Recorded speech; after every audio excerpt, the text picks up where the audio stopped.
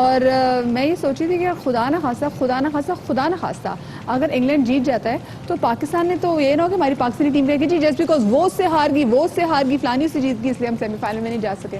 جی یہ بھی مل جائے گا نا, کچھ ایسا ہی ہے نا؟ بالکل کچھ نہ کچھ ایسے ہی ماحول ہے. اور اب معاملات یہ ہیں خواتین حضرات کے سب ٹیمیں اپنے 8 میچ کھیل چکی ہیں, ایک میچ سب ٹیموں کا رہ گیا. اور اس حوالے سے اگر دیکھا جائے تو اگر آج نیوزی لینڈ نہیں جیتتا اور نیوزی لینڈ ہار جاتا ہے اور انگلینڈ جیت جاتا ہے اور لیٹ سے کہ نیوزی لینڈ کوئی 30-40 رن کے مارجن سے جیتتا ہے یا کوئی ایک آدھ وکٹ سے جیتتا ہے تو نیٹ یعنی رن ریٹ پہ کوئی زیادہ فرق نہیں پڑتا. تو پاکستان کو بنگلہ دیش کو صرف زیادہ نہیں یہی کوئی 220 رنز کے مارجن سے ہرانا پڑے گا. اور مطلب انکار ہی سمجھے پھر ہم 200 رنز کا بھی ہو سکتا ہے, یعنی ہم 350 بنائیں اور وہ 150 پہ آل آؤٹ ہو جائیں, کوئی اس قسم کی سچویشن ہو سکتی ہے. ہم 250 کر لیں وہ 100 پہ آل آؤٹ ہو جائیں, ہو سکتا ہے. بنگلہ دیش تو کل جس طرح سے ہارا ہے میرے خیال سے اب اس کی سیمی فائنل میں جگہ نہیں بنتی, تو اس کو اخلاقی طور پہ ہار جانا چاہیے کہ بھائی مطلب برادر ملک بارش ہوگی نا اخلاقی طور پہ تو وہ بھی انگلینڈ کے فیور میں جاتی ہے, انگلینڈ کوالیفائی کر جائے گا. جی پوائنٹ ٹیبل پہ Australia, India, New Zealand, England اس وقت ٹاپ 4 میں اپنی جگہ پکڑے ہوئے ہیں, جبکہ پاکستان اس وقت جو ہے وہ تھوڑا سا کنفیوژن کا شکار ہے کہ اس کو ٹاپ 4 میں جانا ہے یا نہیں جانا, جبکہ سری لنکا, بنگلہ دیش, ساؤتھ افریقہ, ویسٹ انڈیز اور افغانستان کا world cup semi final qualifying کے لیے سفر تمام ہو چکا ہے. اگر آج نیوزی لینڈ جیت گیا پھر نیوزی لینڈ کے بھی پوائنٹس ہیں وہ 12 ہو جائیں گے, پھر وہ اور انڈیا ایگزیکٹلی ایک ہی لین میں آ جائے گا. جی وہ تو ہے, لیکن ان کا نیٹ رن ریٹ کا تھوڑا سا فرق ہے. انگلینڈ کا نیٹ رن ریٹ آپ دیکھیں نا وہ کتنا اسٹرانگ ہے. خیر خواتین حضرات آگے بڑھتے ہیں. جی بالکل آگے بڑھتے ہیں اور بات کریں گے منی لانڈرنگ کرپشن میں ملوث ارکان اسمبلی کے حوالے سے جن کے پروڈکشن آرڈر جاری نہیں ہونا چاہیے. اس طرح کے قیدیوں کو جیل میں سیاسی قیدی کا درجہ نہیں ملنا چاہیے. وزیر اعظم نے ارکان پارلیمنٹ کے پروڈکشن آرڈر سے متعلق قواعد میں ترمیم کی ہدایت کرتے ہوئے معاملہ وزارت قانون کے سپرد کر دیا ہے. دوسری جانب آصف علی زرداری, فریال تالپور, شہباز شریف, حمزہ شہباز, سعد رفیق اور سراج دورانی کے پروڈکشن آرڈر سپریم کورٹ میں چیلنج کر دیے گئے ہیں. درخواست میں موقف اختیار کیا گیا ہے کہ احتساب عدالتوں نے ملزمان کو جسمانی ریمانڈ پر نیب کے حوالے کیا. اسپیکر نے پروڈکشن آرڈر جاری کیے. پروڈکشن آرڈرز انتظامی حکم ہے جو عدالتی احکامات سے بالا نہیں ہو سکتا. اسی حوالے سے بات کرنے کے لیے ہمارے ساتھ موجود ہیں وفاقی وزیر برائے آبی وسائل جناب فیصل واوڈا صاحب. بہت شکریہ فیصل صاحب ہمیں وقت دینے کے لیے. بتائیے گا پروڈکشن آرڈر کے قانون میں ترمیم کی ضرورت کیوں پیش آ رہی ہے اس وقت پی ٹی آئی کو؟ بہت شکریہ. کسی بھی معزز ملک کے اندر کبھی آپ نے سنا ہے کہ کرمنلز کو پروڈکشن آرڈر دے کے ان کو لایا جائے 20-25 گاڑیوں کے ہوٹل کے اندر, جیسے کوئی انہوں نے فتح کیا ہو کوئی ملک؟ نمبر 1. نمبر 2 یہ کہ یہ آرڈیننس بنانے والے یا قانون بنانے والے کرمنلز ہی تھے. کرمنلز کو تحریک انصاف کی گورنمنٹ میں کرمنلز کی طرح ٹریٹ کیا جائے گا. اس طرح عام کرمنل ہوتے ہیں, اور جتنے بھی یہ کرونک کرمنلز ہیں ان کو اب پولیٹیکل پرزنر بھی نہیں بنایا جائے گا, یعنی کہ جو عام مجرم کے ساتھ ہوتا ہے وہی ان کے ساتھ ہوگا. اس کے اوپر قانون سازی بھی ہوگی اور اس کے اوپر جلد کام شروع ہو جائے گا. اور جہاں تک پروڈکشن آرڈر کی بات ہے پروگیٹو اسپیکر کا ہے, لیکن اگر قانون کے اندر انہوں نے یہ شک بنائی تھی کہ پروڈکشن آرڈر ہو تو ہمیں قانونی طور پر اس پروڈکشن آرڈر کو ڈیلے اور لیٹ کرنا بھی آتا. اچھا صاحب یہ بتائیے گا کہ اس ترمیم سے آپ کیا سمجھتے ہیں کہ پارلیمانی سیاست پر کیا اثرات پڑیں گے؟ دیکھیں جی ہم نے کہا صدارت جائے, وزارت جائے, وزارت عظمیٰ جائے, گورنمنٹ جائے, خون جائے, زندگی جائے, احتساب کے عمل سے 1 انچ پیچھے نہیں ہٹیں گے.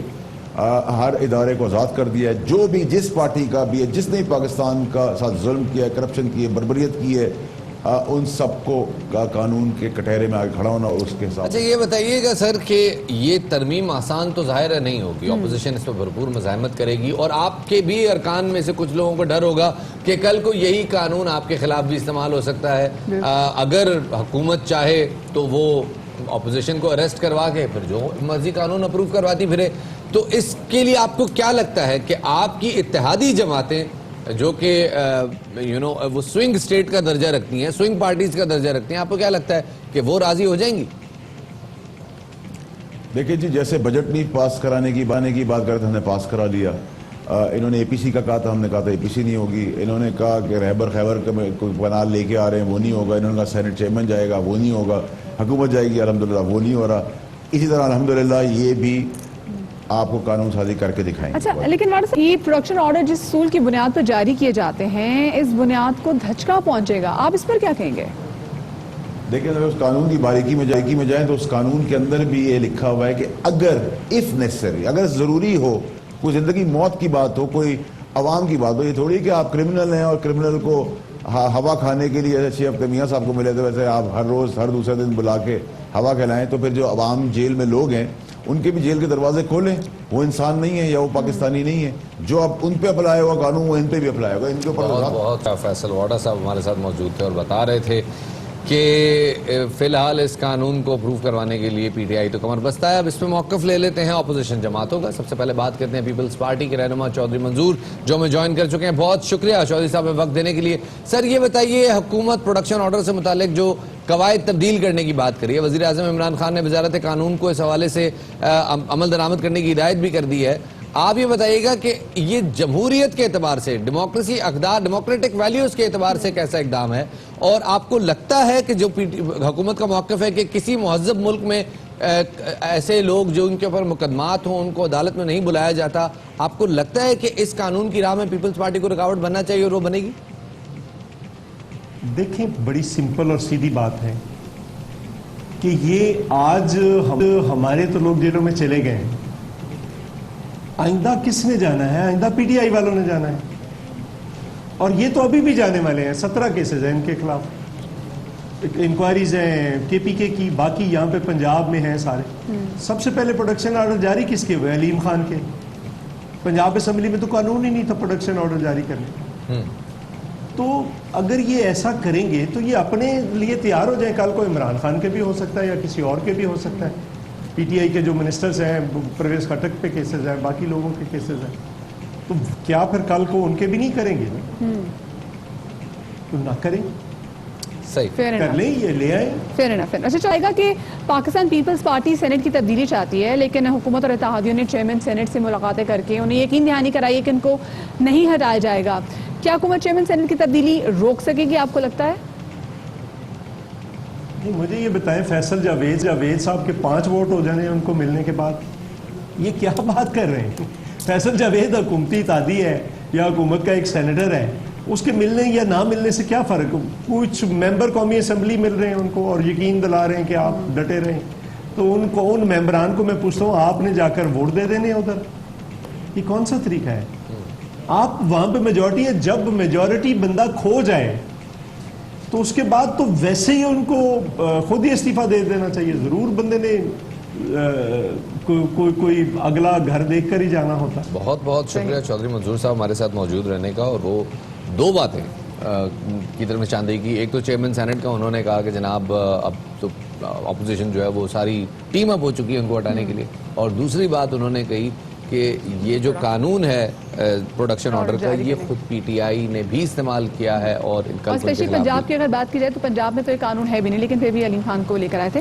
اور یہ ایسا قانون ہے کہ اگر اس میں ترمیم کی جائے گی تو کل کلا جب گورنمنٹ چینج بھی ہوتی ہیں تو اس وقت بھی یہ قانون ایسا ہے جو کہ رائٹ دیتا ہے جو بھی سٹنگ ایم این ایز ہیں، سٹنگ ایم پی ایز ہیں، کہ وہ سیشنز اپنے جو ہے وہ جاری رکھ سکیں.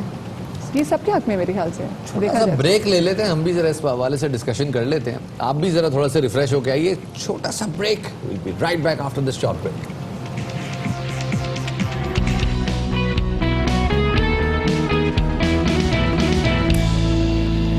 Welcome back to Bakhabar Savera. اور اب باخبر سویرا میں ذکر کر لیتے ہیں بھارت کی سرکاری ایئر لائن کا، جسے پاکستان کی فضائی حدود کی بندش کی وجہ سے شدید خسارے کا سامنا ہے. پاکستان نے 27 فروری سے بھارتی جہازوں کے لیے اپنی فضائی حدود بند رکھی ہے، جس سے صرف ایئر انڈیا کو 6 کروڑ روپے یومیہ خسارہ. اور گزشتہ 4 سالوں میں کے دوران سرکاری فضائی کمپنی 7 ارب 20 کروڑ بھارتی روپے کی مساوی نقصان اٹھا چکی ہے. فضائی حدود بند ہونے سے یورپ اور امریکہ جانے والی کچھ پروازیں منسوخ ہو چکی ہیں اور کچھ کو طویل روٹ اختیار کرنا پڑ رہا ہے، جس نے پہلے خسارے کا شکار ایئر انڈیا کی مشکلات کئی گنا بڑھا دی ہیں. اور اسی حوالے سے بات کرنے کے لیے ہمارے ساتھ موجود ہیں سول ایویشن ایکسپرٹ جناب اطہر انصاری صاحب. بہت شکریہ اطہر صاحب وقت دینے کے لیے. بتائیے گا پاکستانی فضائی حدود بند ہونے سے بھارتی فضائی کمپنیاں خسارے میں ہیں اور ایئر انڈیا نے آئیٹا سے مدد کی اپیل کر لی ہے. آپ کو کیسے لگتا ہے کہ آئیٹا اس معاملے میں کیسے مداخلت کر سکتا ہے اور پاکستان پہ کتنا پریشر ڈالا جا سکتا ہے کہ وہ اپنی ایئر اسپیس جو ہے انڈیا کے لیے کھول دے؟ سب سے پہلی بات تو یہ ہے کہ انڈیا کے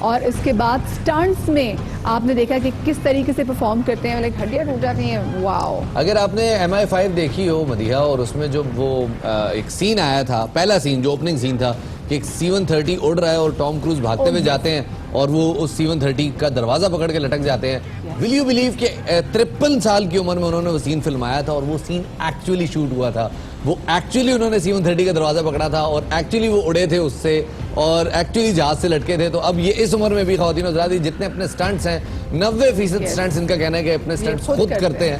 تو ایسے آدمی کو مطلب 57 سال میں اگر وہ بوڑھا نہیں ہو رہا تو کوئی بڑی بات نہیں ہے. میرے خیال میں اگر آج سے میں بھی شروع کر دوں میں بھی 57 سال میں ایسے ہی نظر آؤں گا. There's no big deal. No big deal. ایک بریک کے بعد آتے ہیں.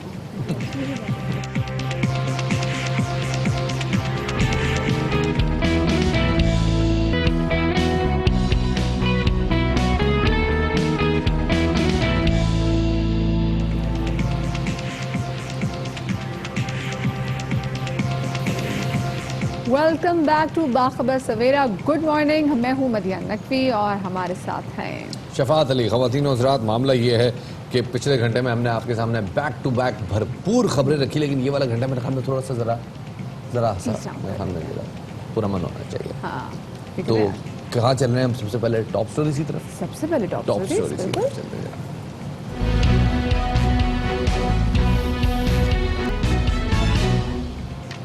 فوک موسیقی کی دنیا میں عالم لوہار کا نام نمایاں ہے. آج ان کی برسی منائی جا رہی ہے. جگنی کے خالق عالم لوہار کو بچھڑے 40 برس بیت چکے ہیں, لیکن چمٹے کی دھن پہ مست کر دینے والی آواز کا زہر آج بھی مداحوں پہ طاری ہے. اور اس موقع پر لاہور میں ARY کے نمائندے نعیم حنیف نے عارف لوہار سے خصوصی گفتگو کی ہے, جو ہم آپ کو بھی سنواتے ہیں. جی بالکل, دنیا فوک کے بے تاج بادشاہ, کنگ آف جگنی, کیا کہوں ان کو میں. ہم ہر سال ان کی یاد دنیا بھر کی طرح اسی طرح مناتے ہیں. آج بھی ان کی ڈیتھ اینیورسری ہے, اور ہماری خوش قسمتی بھی ہے کہ ان کے فرزند جنہوں نے نہ صرف ان کے نام کو بلکہ کے فوک گائکی کو, بلکہ اس ورثے کو جو ان کو خاندانی اس پہ ملا, ان روایات کو, ان اقدار کو لے کے پوری دنیا میں آگے بڑھ رہے ہیں. عارف لوہار صاحب میرے ساتھ موجود ہیں, ان سے بات کرتا ہوں. عارف صاحب, عالم لوہار صاحب آپ کے والد تو تھے ہی, پوری دنیا ان کی مداح ہے, تو آج ان کا دن منایا جا رہا ہے. آج آپ کی کیا فیلنگز ہیں اس دن کے موقع پر, اور ان کی یاد کس طرح منا رہے ہیں؟ سب سے پہلے تو آپ کی وسادت سے میں یہ کہوں گا کہ جتنے لوگ ان کے چاہنے والے یا پیار کرنے والے ہیں, سب سے میری گزارش ہے کہ آج کے دن ان کو درود پاک پڑھ کے ان کی روح کو بخشا جائے, اور ان کی یادیں جو ہیں وہ ہمیشہ میرے دل میں رہتی ہیں. اور میں آج کا دن ہی نہیں بلکہ ساری زندگی جو ہے ان کے لیے میں نے سمجھ لے کہ ان کے نام کر دی, اور ساری فیملی کی طرف سے میں پاکستان میں یہاں رہ کے اور ان کی برسی جو ہے ہم لوگ مناتے ہیں ساری برادری. پوری دنیا میں عالم لوہار صاحب نے پرفارم کیا, ملک کے قصبے قصبے میں پرفارم کیا. کیا اس ملک کو ہم عالم لوہار کی گائکی, ان کا انداز لوٹا سکیں؟ جو چیز ایک دفعہ آتی وہ دوبارہ نہیں آتی, لیکن کہتے ہیں کہ روح جو ہوتی ہے وہ ٹرانسفر ہوتی ہے کسی نہ کسی ذریعے سے اولاد کی شکل میں. تو آج جو مجھے اعزازات ملے ہیں, جو میرا نام ہے, سب ان کی دعا کا صدقہ ہے. اور میں سمجھتا ہوں کہ یہ فیملی جو ہے, ساری جتنی فیملی میرے والد صاحب کی, سب کی دعائیں میرے ساتھ ہیں, اور بلکہ جو ان کے سارے چاہنے والے ہیں ان کی دعائیں بھی میرے ساتھ ہیں. کوئی کسی کا متبادل نہیں پیدا ہوتا, لیکن ان کی خوشبو ضرور رہتی ہے, چاہے ان کی اولاد میں سے آپ کو نظر آئے, چاہے انوائرمنٹس میں نظر آئے. اور میرے پاکستان کو اللہ تعالیٰ نے اس معاملے میں زرخیز بنایا ہے کہ یہ ایک کلچر کا اللہ تعالیٰ نے اسے گلدستہ بنایا. میں سمجھتا ہوں کہ آج بھی ان کی یادیں جو ہیں وہ آج بھی ان کی جو خوشبو ہے اسی گلدستے میں موجود ہے. آپ کا جو رول ہے, آپ تو وہ حق ادا کر رہے ہیں بیٹا ہونے کا, میڈیا جو ہے وہ حق ادا کرتا ہے اس آرٹسٹ کی جو ڈیو رسپیکٹ ہے, اس کی جو خدمات ہیں اس ملک کے لیے, فن کے لیے, اس کا اعتراف کرتا ہے ہر سال ان کا دن منا کر. اس سے آگے ہم کب بڑھیں گے؟ میرا سوال یہ ہے کہ حکومتی سطح پر, آپ کی سطح پر, میری سطح پر عالم لوہار ایوارڈ کا اجرا کب ہوگا؟ عالم لوہار کے نام سے انسٹیٹیوٹ کب بنیں گے؟ ہم اب ان چیزوں سے آگے کب بڑھیں گے؟